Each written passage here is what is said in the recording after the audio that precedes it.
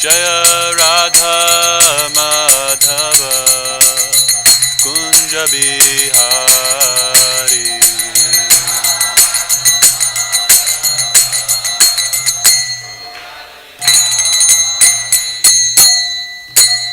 Jayam Vishnupada Paramahamsa Parivrajakacharya Ashtotarshata Shri Srimad A.C. Bhaktivedanta Tridandi Goswami Maharaj Prabhupada Ki Jai. ISKCON BBTBI Sangstapakacharya Srila Prabhupada Ki Jai. Nitai Gaur Premanande.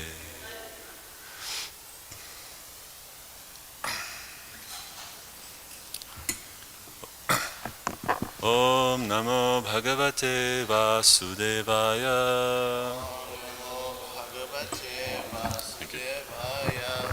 Om Namo Bhagavate Vasudevaya.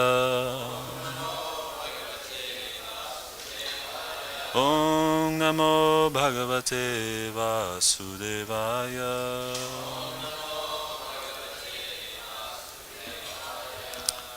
Narayana namaskritya naram chaiva narottamam devim saraswatim vyasam tato jayamudirayat. Srimad Bhagavatam, Canto 4, Chapter 3, talks between Lord Śiva and Sati. Today we're reading text 8. No, it's 9 today.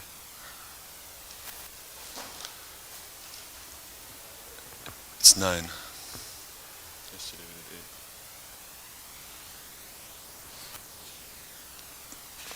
8. So, tasmin bhaginyo mama bhartṛbhiḥ. Pardon, wrong meter. Tasmin bhaginyo mama bhartṛbhiḥ svakair. Tasmin bhaginyo mama bhartṛbhiḥ svakair. Dhruvaṁ gamiṣyanti suhṛt-didṛkṣavaḥ. Dhruvaṁ gamiṣyanti suhṛt-didṛkṣavaḥ. ahaṁ cha tasmin bhavatābhikāmaye. ahaṁ cha tasmin bhavatābhikāmaye. sahopanītaṁ paribarham arhitum. sahopanītaṁ paribarham arhitum.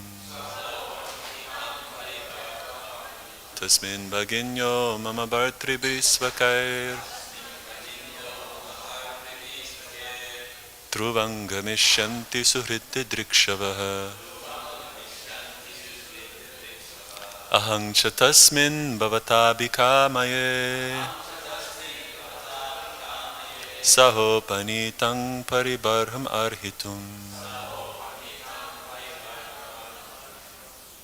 Please chant.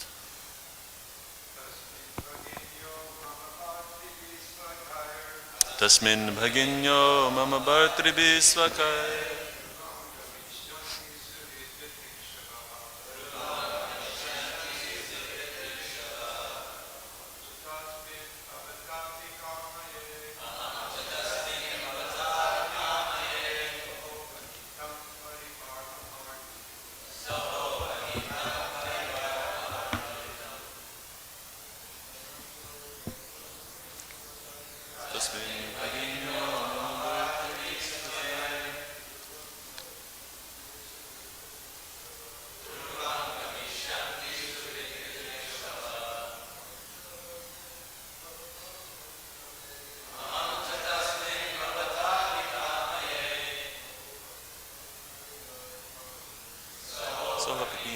Paribarham arhitum.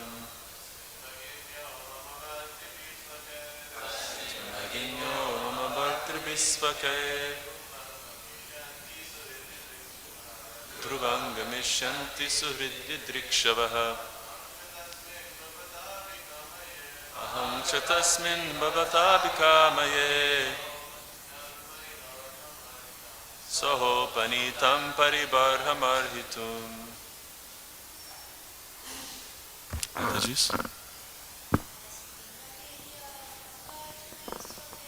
Tasmin bhaginyo mama bhartṛbhiḥ svakair.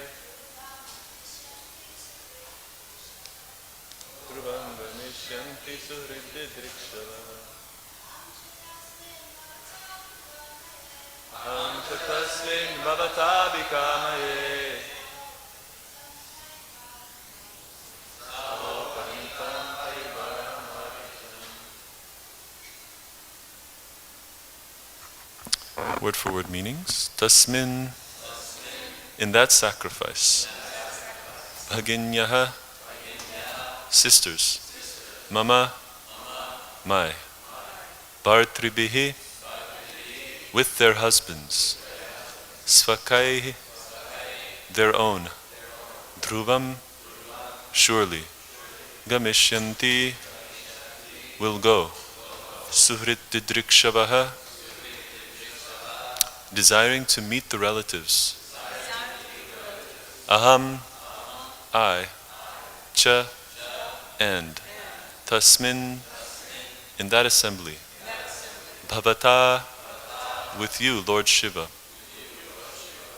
Abhikāmaye, I desire. Saha, with. Upanītam, given. Paribarham, ornaments of decoration. Arhitum, to accept. Translation and purport. By His Divine Grace, Srila A.C. Bhaktivedanta Swami Prabhupada. Srila Prabhupada ki jai. I think that all my sisters must have gone to this great sacrificial ceremony with their husbands, just to see their relatives. I also desire to decorate myself with the ornaments given to me by my father, and go there with you to participate in that assembly. Purport.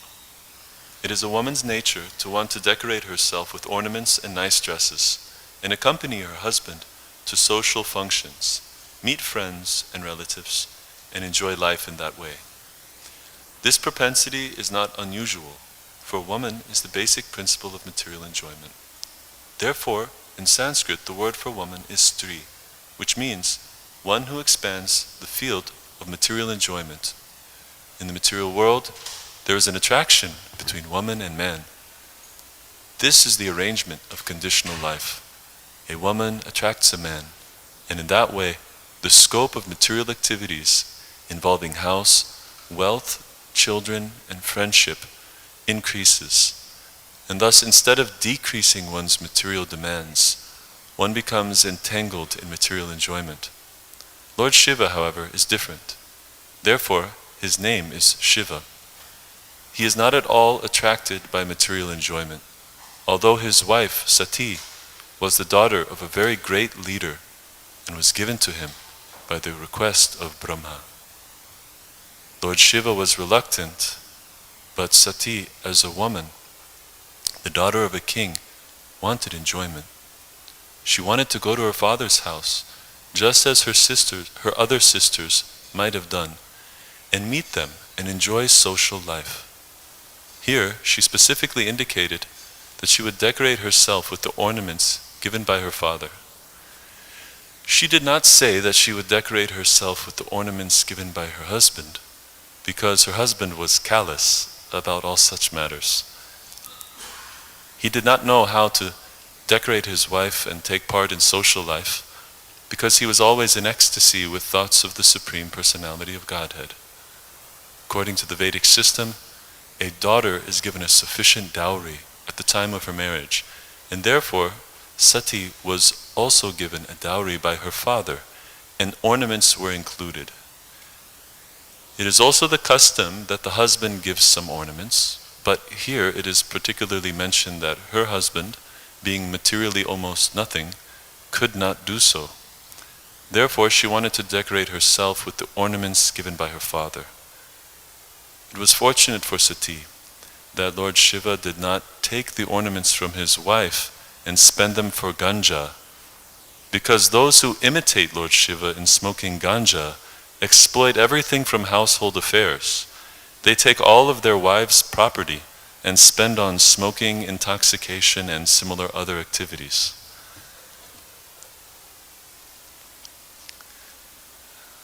Vandeham Sri Guru Sri Yuta Padakamalam Shri Gurun Vaishnavamscha Shirupam sagrajatam sahagana ragunatanvitam tam sajivam sadvetam savadutam parijana sahitam Krishna Chaitanya Devam Shri Radha Krishna Padam Sahagana Lalita Shri Vishakhanvitamscha Vancha Kalpatarubhyascha Kripa Sindhubhyevacha Patitanam Pavanebhyo Vaishnavebhyo Namo Namaha Jai Shri Krishna Chaitanya Prabhu Nityananda Shri Advaita Gadadhara Shivasari Gaur Bhakta Vrinda Hare Krishna, Krishna Krishna, Hare Hare, Hare Rama, Rama Rama, Hare Hare.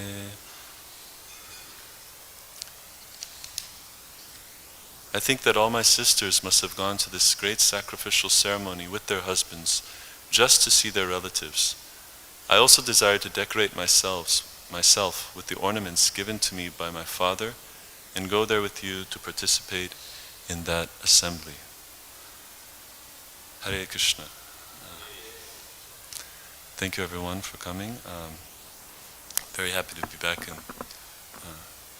New Dwarka, legendary temple, Srila Prabhupada's temple. Stalwart devotees are living here and protecting the pure devotional atmosphere. Thank you so much for allowing me to come. I found this verse very interesting. I'm sure you did as well. We see Prabhupada opens the discussion speaking about the nature of women. The female nature is to expand enjoyment in this world through family, friends, property, etc. That's also the nature of men, otherwise there wouldn't be women to facilitate that desire. Man wants to expand his enjoyment and he tries to do that through a woman. Of course, in today's world, in the society I was raised in at least, men are trained to see women as objects of enjoyment, which is a very degraded type of way. But this is the trap of the material world, when we see others as objects for our own enjoyment.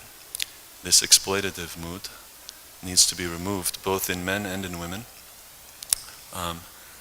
So the Sati here is pleading with her Lord and her husband, Lord Śiva, that please, I really would like to participate in this sacrifice hosted by my father, because, and you can't fault me, it's my nature, I have some ordinary qualities.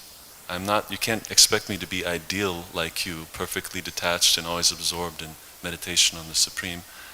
I'm still not at that stage, so please bear with me. I need to fulfill my desires to some degree. So we can reflect on this actually. You see, all of these character traits that we come across in these great exalted personalities reflect something within us. There's actually, this Bhagavatam is like a great medicine. It's a perfect medicine for our disease, our material disease, bhava-rog.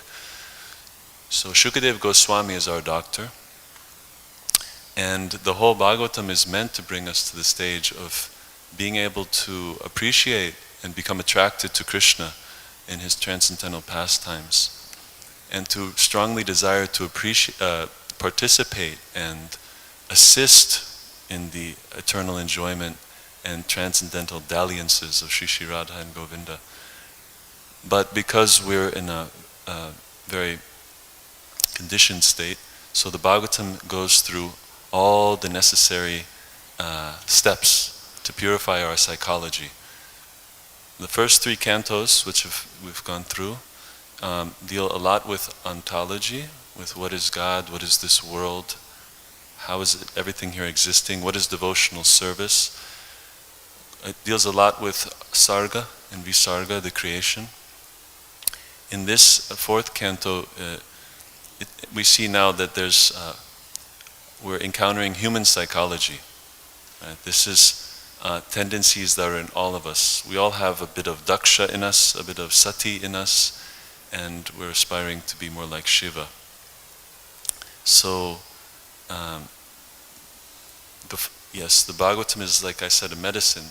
We might not understand how a medicine works. So a doctor prescribes some type of pill, chemical substance, and he knows there may be, like you've seen on the packages, there's like hundreds of ingredients, and you don't know why they put all those ingredients there. But the doctor, he has an idea. He knows why. So you take the pill, it works within you. You don't know how it's working, but it's curing you slowly. And if you just trust the doctor and keep following what he says to do step by step, you'll become strong and healthy. So it's the same thing for the Bhagavatam. We might not understand everything. Why are we hearing about the genealogy of Manu, all the descendants? And but gradually, the more and more we read these transcendental books of Srila Prabhupada, which are meant to be read not once, but again and again and again, we start to realize that there's structure to this, there's purpose to this, and that it's exactly what I need to have my psychology become capable of receiving the transcendental knowledge. So, we all have some ordinary attachments. Well, I can't say that. I don't know exactly who I'm speaking to, but I have ordinary attachments, and many of us in the beginning stages of devotional service, we struggle with trying to control those desires and urges. So Prabhupada says here that Lord Śiva, he's not attracted at all by material enjoyment. So he is in the position of a guru. And Lord Krishna also is explaining in the Bhagavad Gita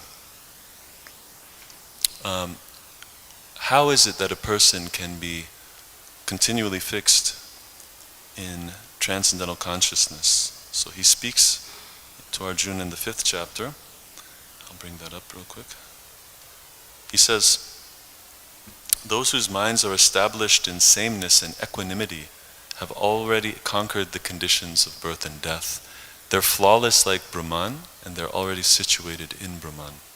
A person who neither rejoices upon achieving something pleasant, nor laments upon obtaining something unpleasant, who is self-intelligent, unbewildered, and who knows the science of God, is to be understood as already situated in transcendence. Such a liberated person is not attracted to material sense pleasure or external objects, but is always in trance, enjoying the pleasure within. In this way, the self-realized person enjoys unlimited happiness, for he concentrates on the Supreme. One whose happiness is within, who is active within, who rejoices within, and is illumined within, is actually the perfect mystic. He's liberated in the Supreme, and ultimately he attains the Supreme." So this is the condition of Lord Śiva. And when Daksha saw Lord Śiva sitting as he came to the arena, it triggered his envy. Actually, Daksha's feelings toward Lord Śiva was a long-standing grudge. It wasn't just that one incident. He had been harboring ill feelings toward Lord Śiva, and they were festering within his heart. And when this happened, it became an opportunity for him to express that envy and anger. Sometimes we might meet devotees who are not conventional. They don't seem to follow all the right standards and rules as we've been trained in. And we might feel, who does this person think he is? He's so proud. He's diminishing the spiritual atmosphere by his whimsical style and activities. I see some. I'm thinking of one great Vaishnava named Kushakrata Prabhu. He was, I don't remember the details of his story, but I think he joined in New York in the early days of ISKCON, and he was in Boston. Was it Boston? Okay.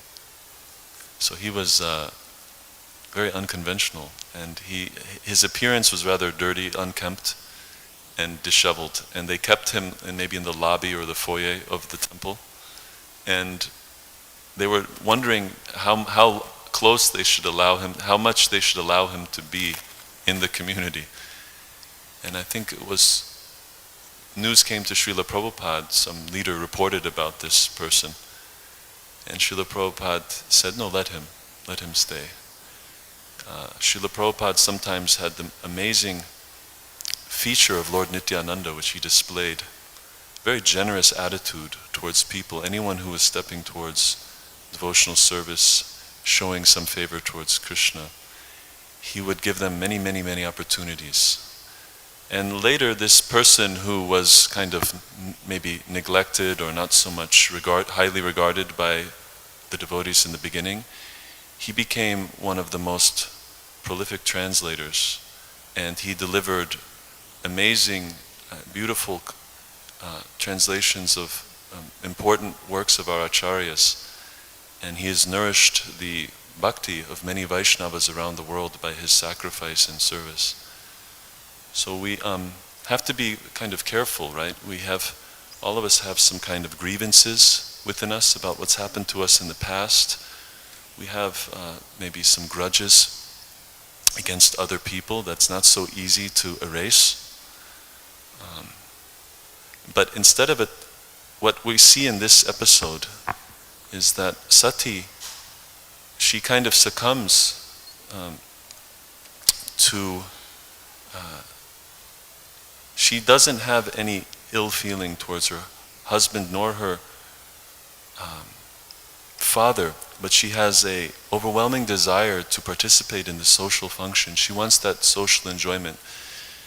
And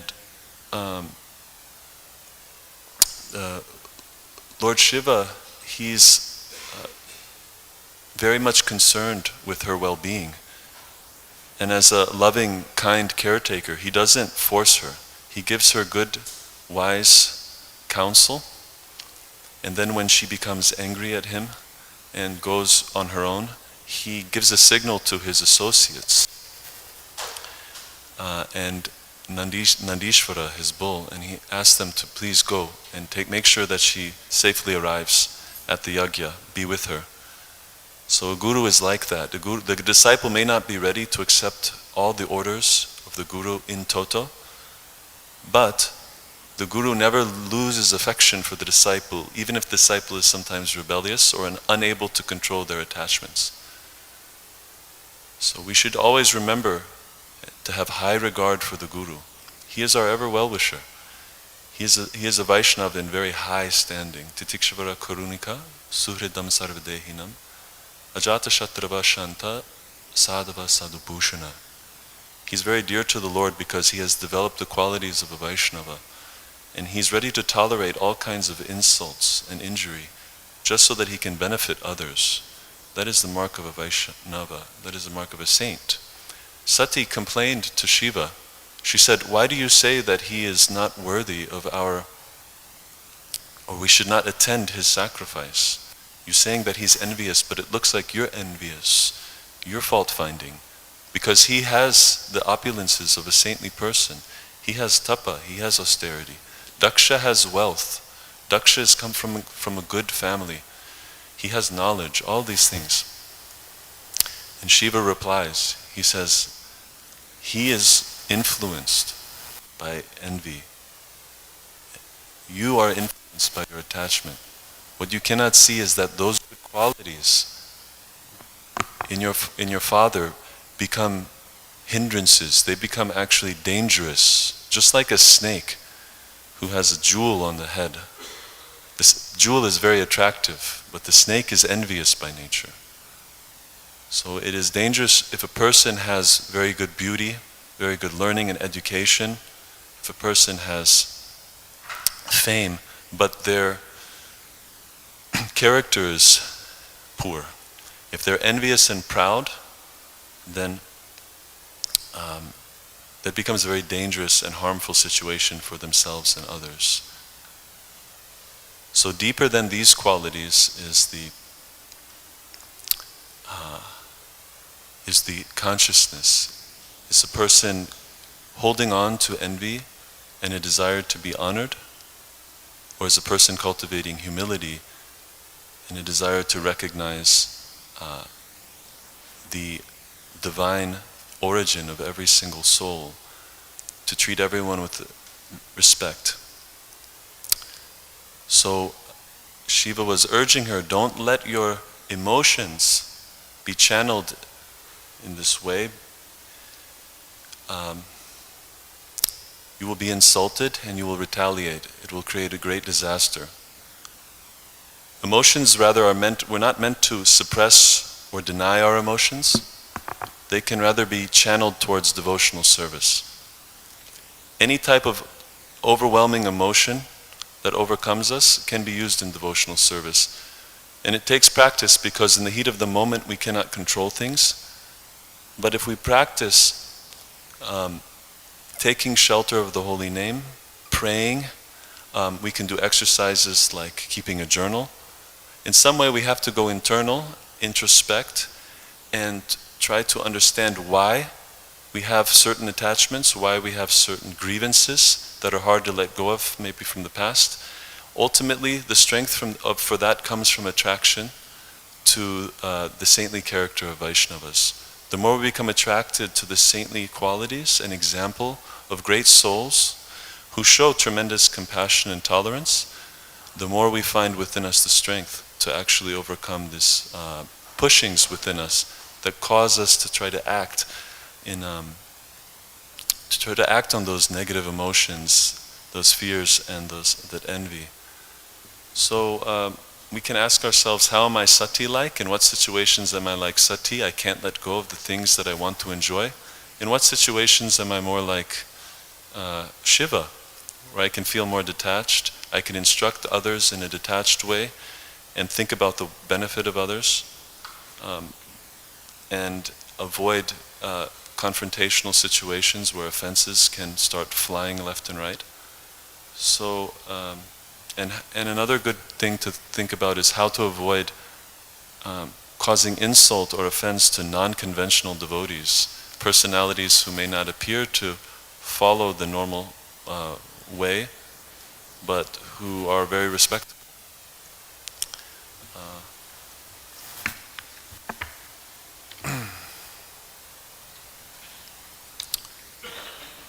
So, Prabhupada also mentions here that Sati had gotten ornaments from her husband, from her father, because her husband was not able to supply them. We should not imitate Shiva, and there's two things Prabhupada warns about here. Not imitating his detachment, because if we like opulence, we like beautiful things, we should actually do that for the pleasure of Krishna. We should bring gifts for the deities, gifts for the devotees. We should participate in functions and festivals with the devotees and enjoy the good atmosphere. Prabhupada created a society, and he wanted that the society would flourish and that people would become attracted. The great majority of people in the world are in a family situation, and they're not ready to go live like Shiva. So we actually want everyone to benefit from the association of devotees by creating a very warm, welcoming atmosphere. We can't imitate Shiva and be completely detached. We can cultivate detachment. And a husband should supply for his wife, Srila Prabhupada says here. And he should not take from the wife's property in the name of being renounced and spend it on intoxication, like ganja. Lord Śiva is Nilakanta. He was able, out of his great kindness, to absorb a tremendous amount of poison during the churning of the milk ocean, and to protect the devatas and everyone in the universe. And so Sati is saying, you protect me also. Protect me by being kind to me. So we should not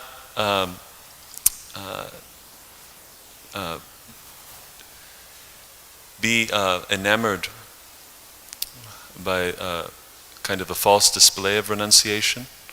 There are we should keep a distance from those who misuse their property and the property of others for their own benefit. We should be careful also not to misuse anything given to us in our devotional service. Any facilities are meant to be used strictly for distributing the glories of the holy name, distributing Krishna consciousness, and giving others a chance to take association with the Vaishnavas. So we have to be very careful to remain always in that consciousness. One exercise I like to do is to sing the songs of Bhaktivinoda Thakur in Sharanagati, and to absorb the mood of great saints in that way. So I'll stop here. We wanted to end a little early because there's going to be glorification of His Grace Sura Prabhu. I didn't know him personally, so I'm hoping that others will step forward and offer some remembrances. But if you like, we can also have some discussion about this verse. Yes, Prabhu. Prabhuji, thank you for a wonderful class. Yeah, so I can start out, and if there's anyone else that has something they'd like to say about Sura Prabhu, I think it would be nice. So, just to give a brief history, Suradas Prabhu, he did join Krishna consciousness in 1973 in Seattle, Washington.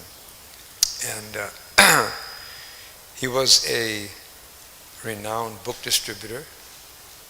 He became attracted to book distribution, so he was steadfast in that service. I think Nakatma Prabhu and myself, we met him. He came through traveling Sankirtan in Denver, and that was maybe 1974 or something like that.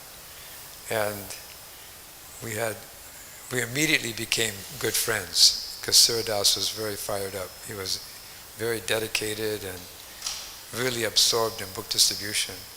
So that was really a benefit for us because we had good association. And by his association, we became inspired.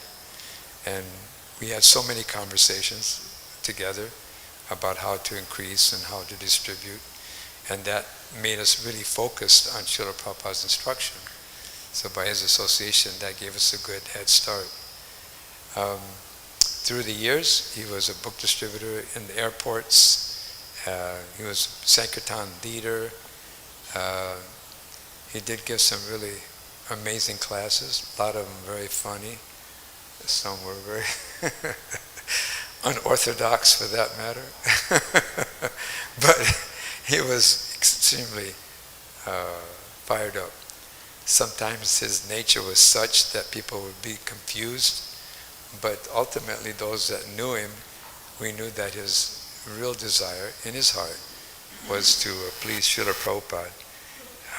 So he became a temple president in St. Louis, Denver. We would always have big competition. I was in Denver, he was in St. Louis, and we'd always have competition between each other, which temple would do the best for the year. So that gave us a lot of inspiration and desire to do huge. So one year he'd win, the next year I'd win, and if I lost, if the Denver temple lost, then we had to travel to St. Louis. And there we'd have a big party, big feast, kirtan. Then he'd have to come to Denver, and it would be pretty glorious. We'd have a lot of fun. It was extremely ecstatic, and it gave us inspiration, and it created a real relationship. We have so many relationships in our life, but there's always those, associations or relationships really have an effect on your life. They have a meaning and they affect you and you remember it. So I think Suradas definitely did that for me. He definitely inspired me, and I really was very close with him on all kinds of subject matters about Krishna consciousness and life in Krishna consciousness. And it was very unique in terms of how rare it is that you could meet a devotee and develop a close relationship. So that was really beneficial for my spiritual life. So Suhṛd-Das, then I came to Los Angeles, and then Suhṛd-Das came and started working for the BBT. He was the chief financial officer of the North American BBT. And so after a few years, I became the trustee for North American BBT. So once again, we were working together, and it was very, very ecstatic. So here in Los Angeles, he became the Sankirtan leader. We had book distribution in the airport while it lasted. It was very, very big. We did very nice. And so by his enthusiasm and leadership in that, we did very good for many, many years in book distribution. So we're trying to keep that same standard going here these days. But basically, Suhṛd-Das Prabhu was a very dedicated soul to Srila Prabhupada's preaching mission, especially in book distribution. And although he had some sides to him that were really not very much understandable, it was mellowed out by the fact of his devotion to distributing Prabhupada's books. So Suhas mentioned twice in his little talk here about he had some sides that were not so easily understandable, but I understand it. Because, I know where he's coming from. My first association with Sir was I was on Radha Damodar, and he was an airport distributor, but he had some run-in with Tamal Krishna Maharaj, and so he wound up coming and, being like a consultant, party leader. And I was on that party. So, he was strict. He was a serious devotee, and he was strict. I was not at that time. I was on Radha Damodar, but I was kind of flaky. And one day I remember in the parking lot, he was doing really good, and I had just overeaten or something like that. I was spacing out, and he said, it's people like you who ruin the Krishna consciousness movement. But I deserved it. He was heavy, but he knew what he was doing, I believe. In retrospect, it was like, whoa. But it got me serious. And then we traveled more, and he was really riding me. It was really kind of like, giving me a hard time. Other devotees didn't do that generally. It was very rare to get somebody who took the responsibility to actually train you and utilize those qualities, because, devotees are kind of, reluctant for fear of offending or whatever, but he was like, he took that.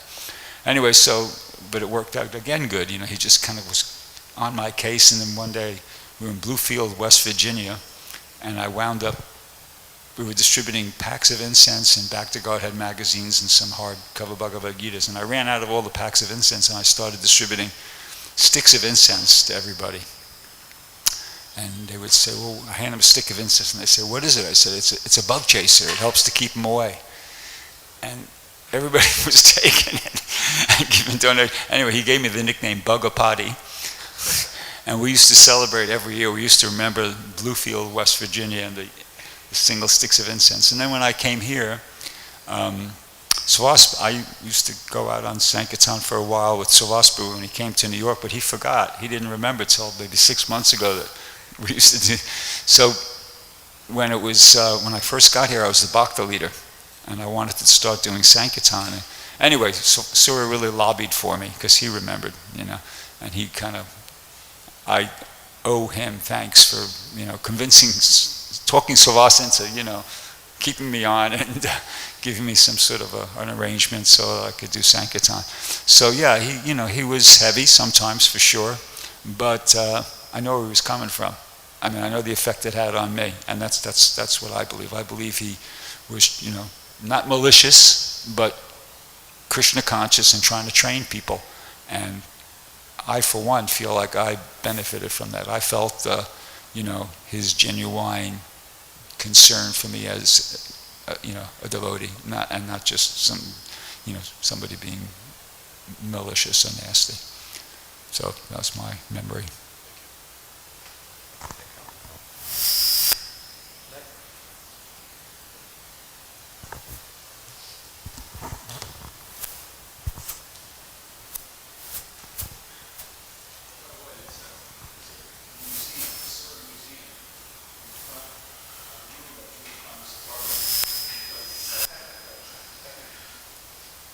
Yes.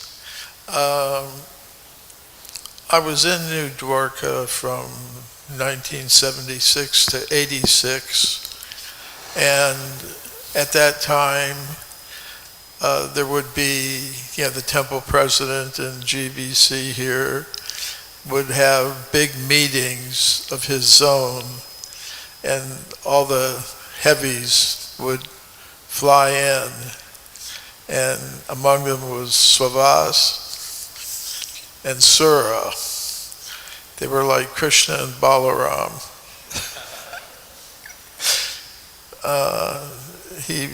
He was a brahmachari at that time. He wore silk saffron cloth, and was known as being kind of a heavy character. And then from 86 to 92, I was in San Diego and working with Sadhaputta Prabhu on BI books. And we went to Alachua and stayed there from 92 to 95. Then an arrangement was made that I come back to Los Angeles. And Savas, when I came, he asked, "What do you need?" And I said, "I just need a room that I can shut the door on and do my writing in peace." So I got it, and it was a room in the back of Sura's office. And from 1995 until he departed, we spent a lot of time together. And what I appreciated about him was his sense of humor. He could mimic devotees to a T. Tamal Krishna Maharaj, Sri Nayananda Maharaj, Rameshwar. He could imitate them just perfectly. And I would spend just hours rolling on the floor in laughter. You couldn't help it. Of course, he was very devoted to book distribution, was always trying to push it on one way or the other personally. But he also liked the holy name.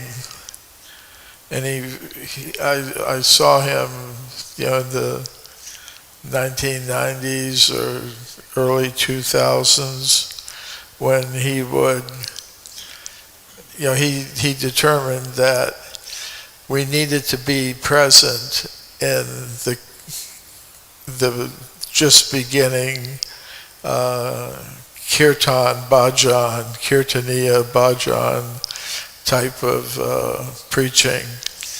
And he formed a temple bhajan band, and he would take it on the road out to places like Burning Man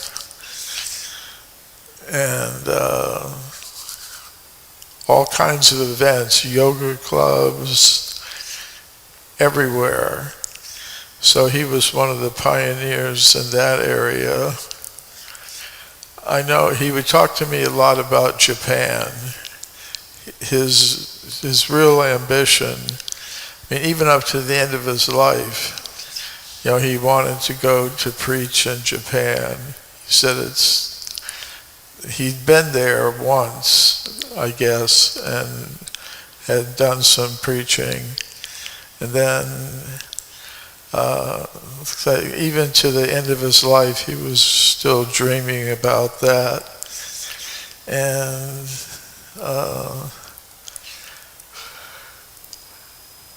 well, I think that's about enough.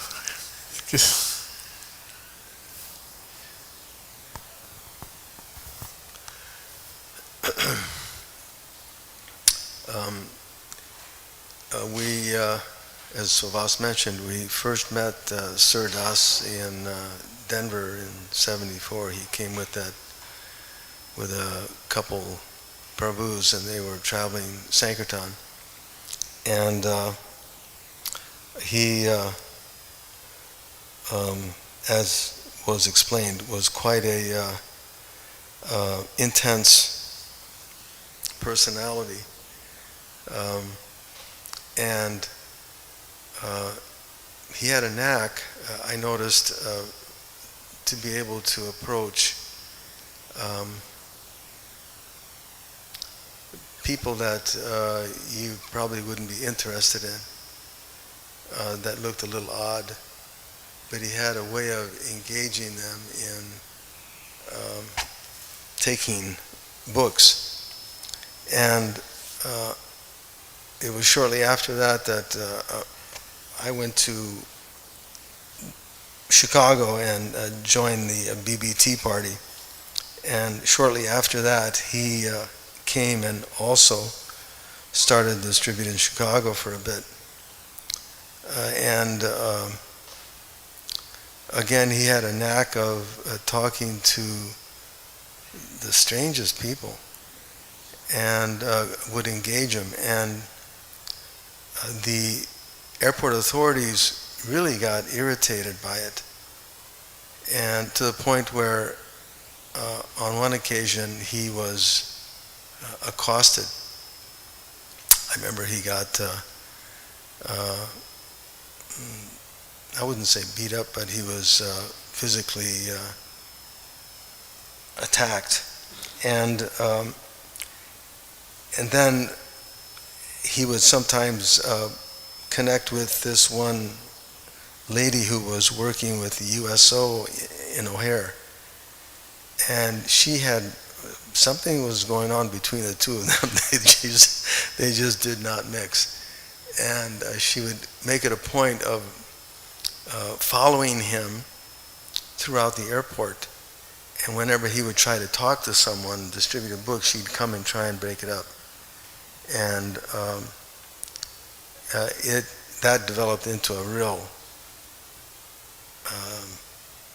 conflict.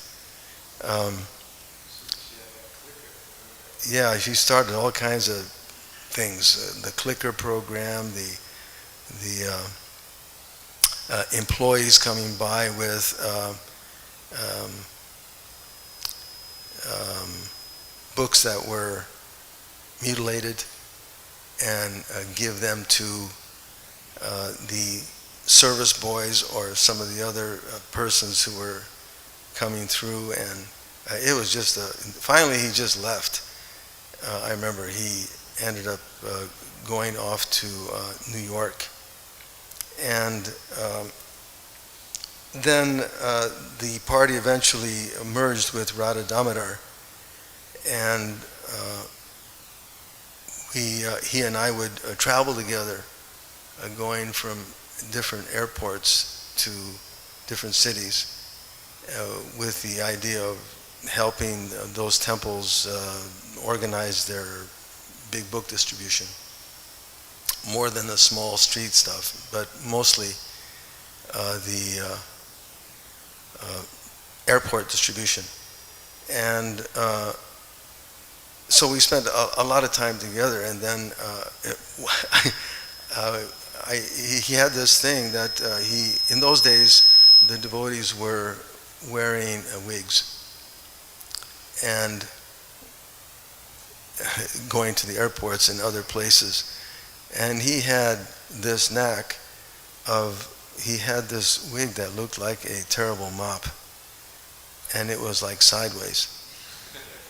And people would look at him and just wonder, wow, who is this person? And he would just be transcendental to it all. And they would, for whatever reason, they would take a book and take off. But he had this, he was really, really absorbed in distributing Prabhupada's books and beyond really his bodily situation. When we were together again in St. Louis, after the Radha Damodar party broke up, we were with Tripurari Swami, and we were again doing airports, and we would sleep together, he and I, in the same room, and he had this really incredible snore at night that was very unique. And but we would get together every morning, and we would do a nice little puja with Vaishesika Prabhu at the time, and then we would go out to the airport there at Lindbergh Field, it's called, St. Louis, and it was just a transcendental experience. We would travel together to New York and do LaGuardia, or sometimes we'd go to LAX, or sometimes we would go to San Francisco, and it was just a real pleasant experience. One year we went to Mayapur, and we were on the banks, and devotees would jump off the bank and into the water. At that time on the Mayapur side, the bank was very high. Nowadays it's not there. But in those days, the banks were very high, the cliffs were very high into the water. And Surdas jumped in one time and head first, and he got stuck, and his feet were dangling there. It was quite a mystery, and I don't know how he got out, but some or other, somebody jumped in and helped him out. But it was always just a wonderful experience. There's a lot more, but we'll leave it at that. Srila Prabhupada ki jai. So,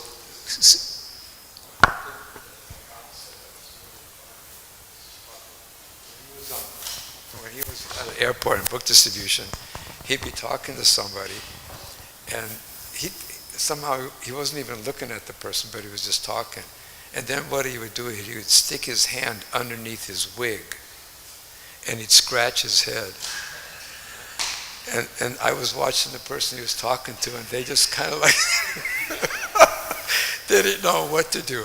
And then he would take it and try to shift it right in front of talking to this person. And they just couldn't figure out what was going on.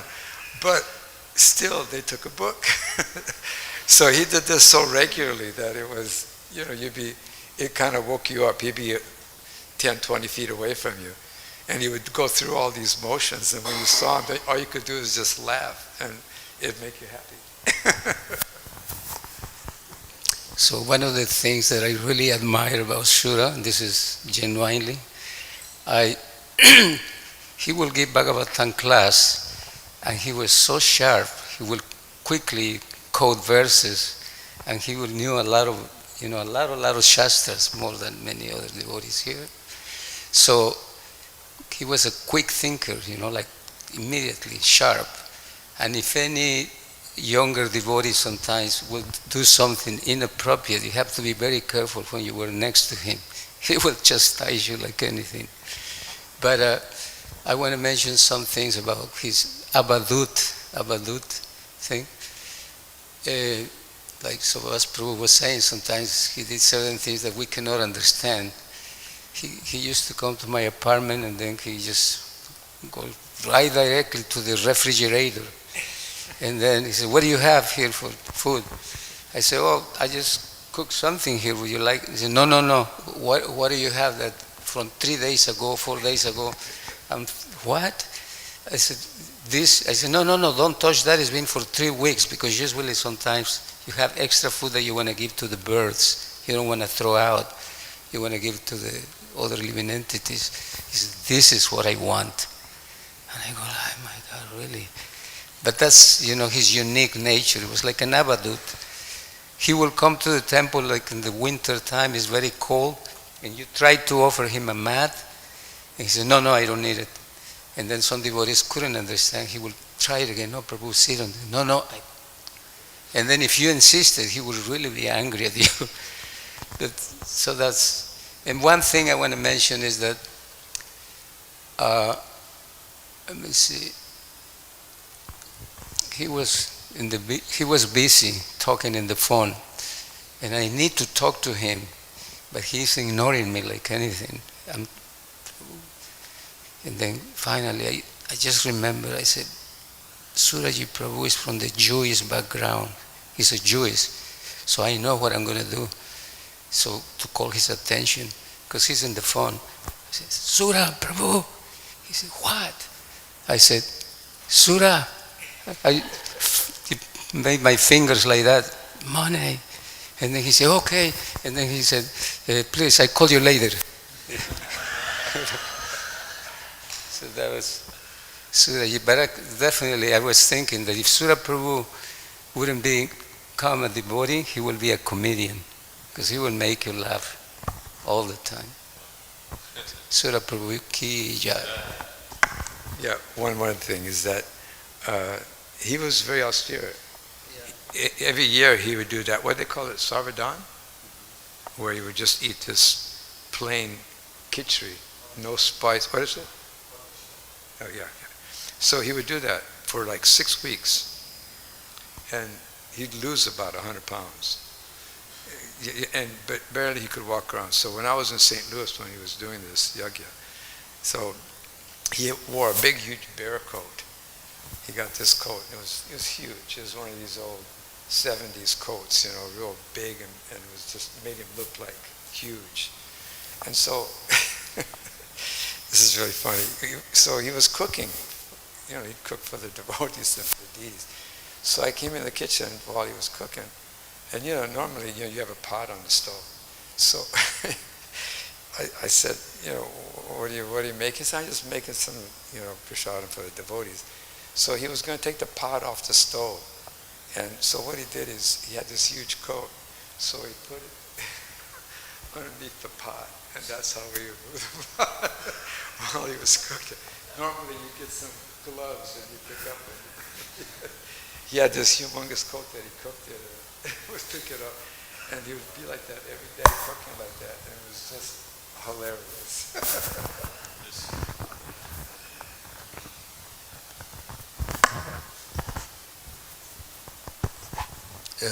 We were in St. Louis for some time before we came here, and with SYNONYMS, when they were still in the Laclede building. No, actually, we moved the deities over to Lindell from Laclede, and you talked about SYNONYMS' cooking. His favorite ingredients for cooking, whether it be this vegetable or that vegetable, his main spice was cottage cheese. He would put cottage cheese in everything. And when the restaurant would open, you had to be careful to taste or ask him about the dal first, because usually the dal was a few days old, and sometimes it would be bubbling. When I first got there, he and I went off to do a fire yagya, and he had corn oil, and I said, no, you can't do fire yagyas for people with corn oil. And he had some very interesting habits, but it was nothing but transcendental fun.